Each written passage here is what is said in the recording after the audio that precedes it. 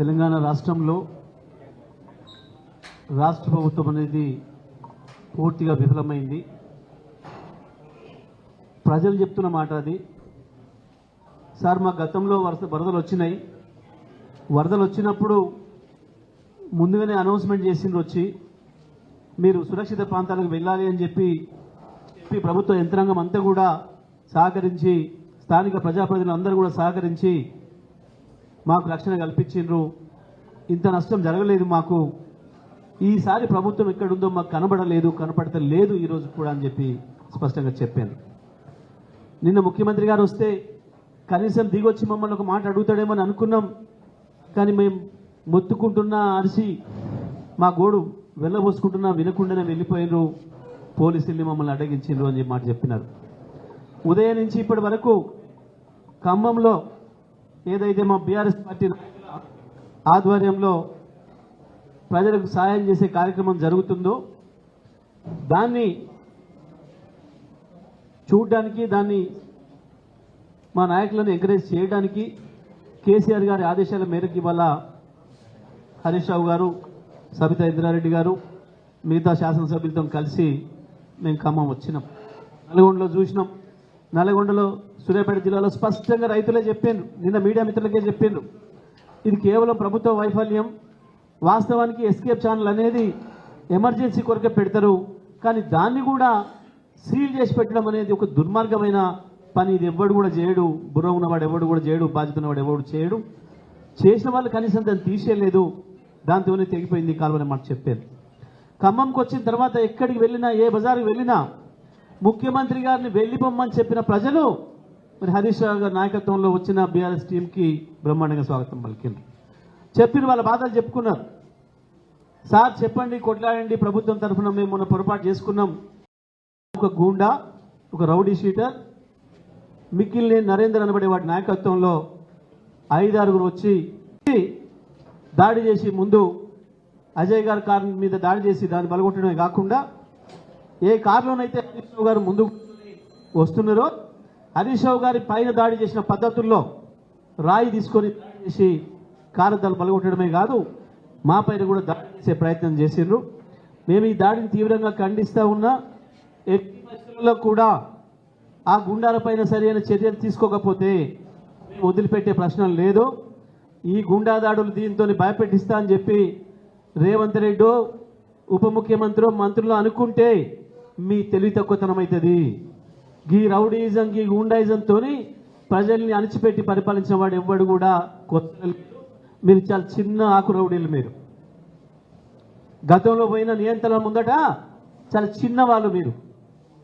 కానీ ఒక్కసారి ప్రజాబలం చూపించడం మొదలైతే తెలంగాణ మీరు అడ్రస్ కూడా ఉండరు.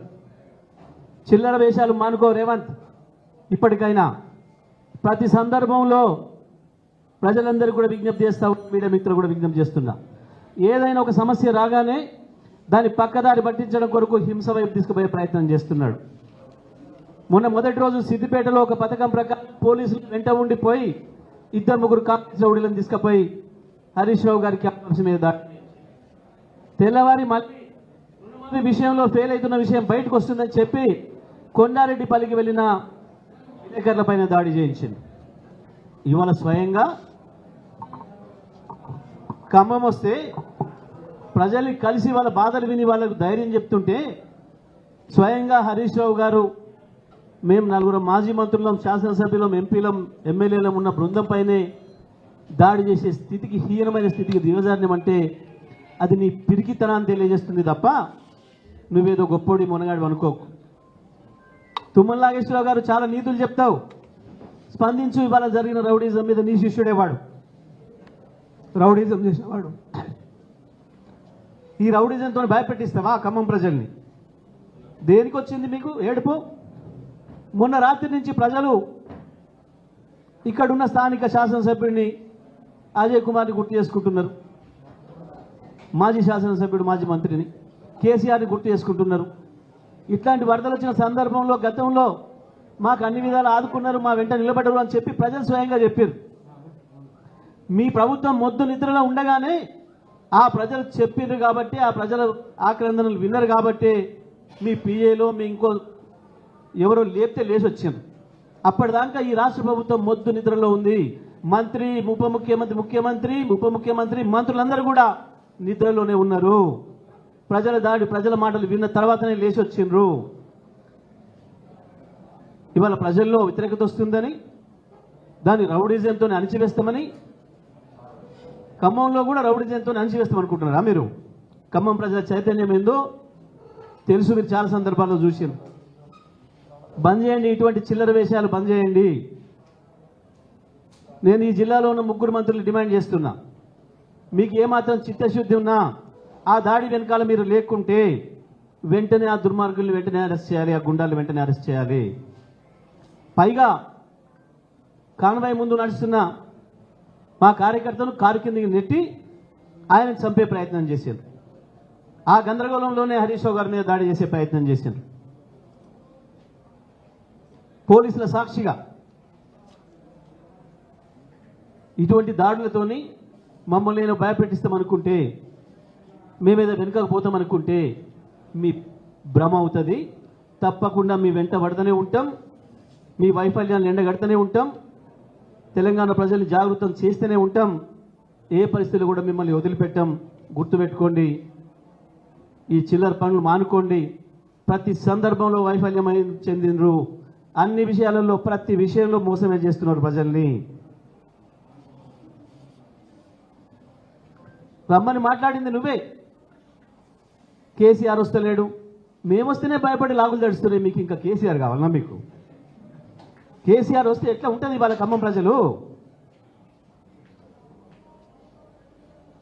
నువ్వే కదా అడిగినావు నిన్న సూర్యాపేటలో. నువ్వేదో ముఖ్యమంత్రి అనుకోని ప్రజలు సాయం చేస్తామని ఎదురు చూసిండ్రు. ఏం చెప్పినావు నిన్న ఖమ్మంలో సూర్యాపేటలో? కేసీఆర్ రాట్లే, కేటీఆర్ రాట్లే, బీఆర్ఎస్ ఎమ్మెల్యేలు రాట్లే, ఎందుకు వణుకుతున్నావు ఇవాళ రాగానే?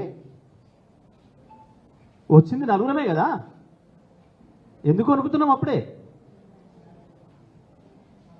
ఏ రకంగా చేస్తావు దాడి? ఏం సంబంధం? ఇక్కడెక్కడో ఉన్న కౌన్సిలరు, వీడియోస్ కాలనీ ఏరియాలో ఉన్న కౌన్సిలర్కి అక్కడ ఏం సంబంధం వచ్చి దాడి చేస్తాడు?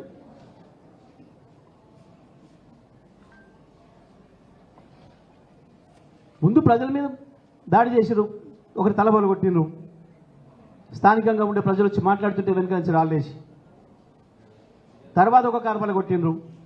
చివరికి హరీష్ రావు గారు, మేము సబితా ఇంద్రారెడ్డి గారు, నేను, అజయ్ కుమార్ గారు, కౌశిక్ గారు కూర్చున్న కారు మీద కేసీఆర్ మనం హరీష్ రావు గారి ముఖం మీద కొట్టిన పద్ధతుల్లో వారు కూర్చున్న అద్దాన్ని పలగొట్టారు. స్వయంగా సిఐ ముందట. మాకు తెలుసు ఈ చిల్లర వేషం నువ్వు ఎందుకు వేసినవో. విషయాన్ని పక్కదారి పట్టించాలి.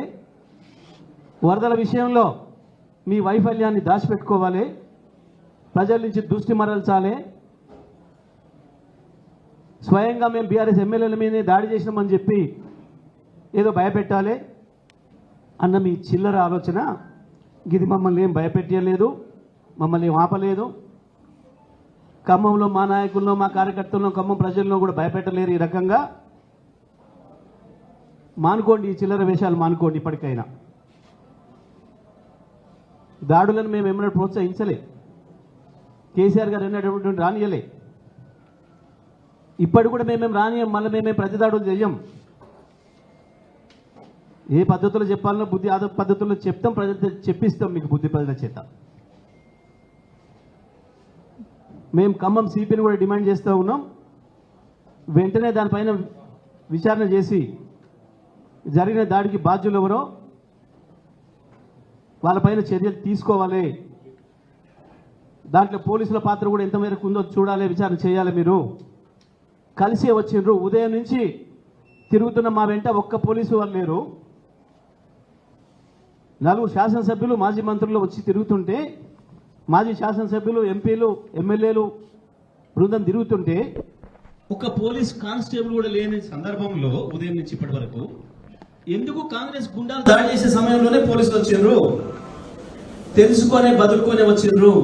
ప్రజల తిరుగుబాటుకు రౌడీలకు ఎక్కడ తన్నులు పడుతాయన్న భయానికి ఆ రౌడీని కాపాడుకోవడం కొరకే పోలీసులు వెంట ఇచ్చి పంపించిండ్రు.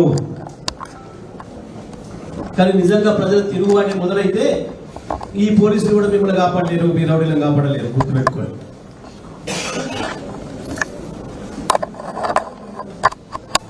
బీఆర్ఎస్ పార్టీ కార్యకర్తలకు అందరూ కూడా విజ్ఞప్తి చేస్తున్నాం, ఈ చిల్లర దాడులు పట్టించుకోవాల్సిన అవసరం లేదు.